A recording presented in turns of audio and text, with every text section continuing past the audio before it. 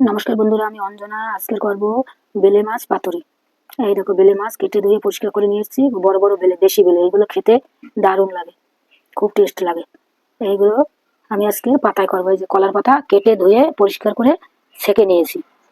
আর উপকরণগুলো নিয়ে নিচ্ছি: লঙ্কার গুঁড়ো, হলুদ, লবণ, জিরার গুঁড়ো, গোলমরিচের গুঁড়ো, আর ধনের গুঁড়ো, কালো জিরে।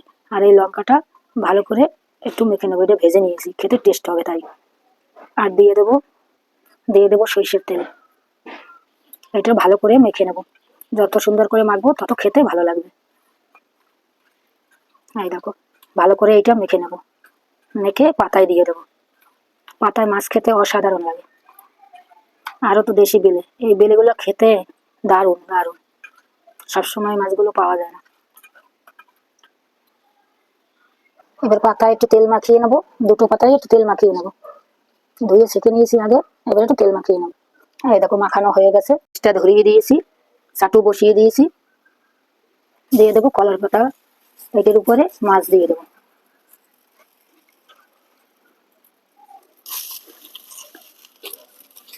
এই দেখো, সব মাছগুলো সাজিয়ে দিয়ে দেবো এই পাতার ভিতরে। মাছগুলো এমনি ঝোল, কালো জিরে ফোড়ন দিয়ে ঝোল রান্না করলেও খেতে খুব ভালো লাগে।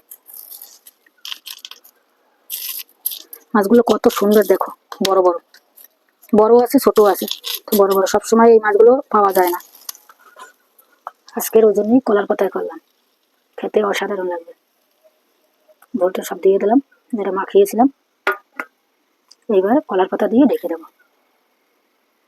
গ্যাসটা একটু লোতে দিয়ে দেবো, বেশি জোরে দেওয়া যাবে না। এবার দিয়ে দেবো একটু ধনে পাতা কুচি, খেতে আরও অসাধারণ লাগবে। দিয়ে ঢাকা দিয়ে দেবো। গ্যাসটা আমি লো ফ্লেমে দিয়ে দিয়েছি, বেশি বাড়াইয়ে দেওয়া যাবে না, তাহলে পুড়ে যাবে পাতাটা। ওই জন্য লো ফ্লেমে দিয়ে দিয়েছি। এবার তুলে দেখবো। ওই দেখো কত সুন্দর হয়েছে, পুরো উপরটা হয়ে গেছে, কত সুন্দর লাগছে দেখো। এবার আমি উল্টে দেবো, এটা নামিয়ে নেবো।